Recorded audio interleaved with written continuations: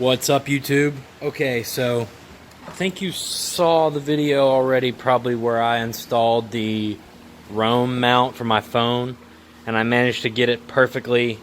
Even with the phone mounted, I can still see the speedometer, and I still have about that far.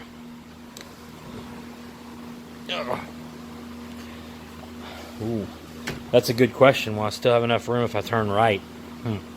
But with it straight, I still had about that much room. So what I need to do is mount up a way to charge my phone, because with my battery case, it doesn't really set in here that well to where I feel like going down the road with a $1,000 phone. So picked up this little setup. It's not only a USB charger, but it's a dual USB charger. So I can charge my phone and my GoPro at the same time, which would be cool, especially if I'm going to do shots looking back at me.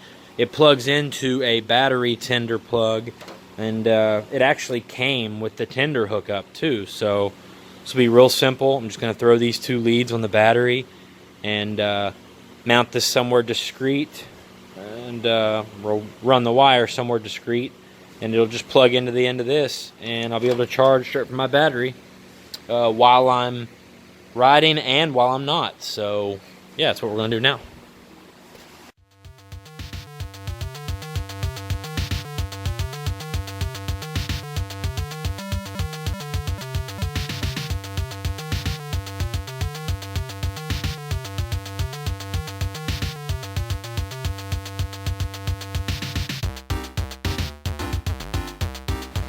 Alright guys, so this is how I did this. I just hooked those up to the leads of the battery.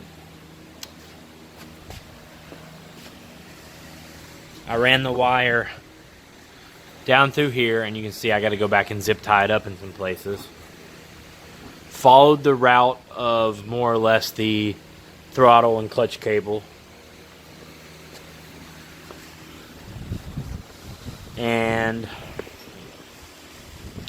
And I kind of played around with 4 or 5 different places in here to mount it, and every place I tried didn't work, because this fork actually goes all the way back and basically hits this frame right here.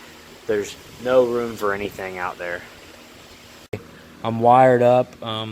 This may be a dumb question, but the little LED light that stays on here because it's connected to the battery, like, I know that's not enough. That's not very much light at all, but that's not, I mean, could that ever drain the battery? I don't know. I'm asking you guys. But bottom line is, even if I don't have it hooked up all the time, I now have a way where I can charge my GoPro and my phone, and even at the same time, right off my bike. Let's just test it out and make sure it works. Plug this in here. And you can see the phone just lit up. Sorry for the horrible camera work today, but there's a little charging icon, so it's charging. That's awesome. I have the second port. I can run if I want to mount a GoPro, I don't know, up here somewhere, or who knows. Options are endless, but I have a way to charge. And where that disconnects from the tender lead, if this would get wet or go bad, I can just swap it out, no big deal. I actually have some shorter USB Type-C cables at my office, so I'll just use like a short 6 or 8 inch cable, and I won't have to tie any cables up or anything. So pretty pumped, man. Not a bad little setup for 15 bucks. I'm gonna put a link down below for anybody that wants to grab one. Obviously this will work on any dirt bike with a battery.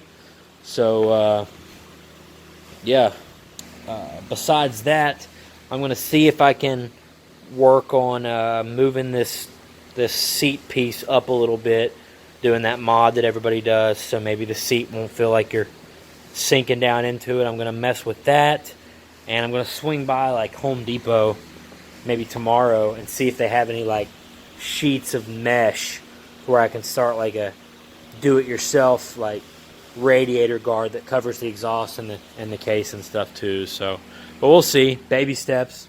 It's supposed to be 20%. It was originally supposed to be 20% chance of rain tomorrow. I was going to ride this thing to work and definitely find some gravel in lunchtime and crush it.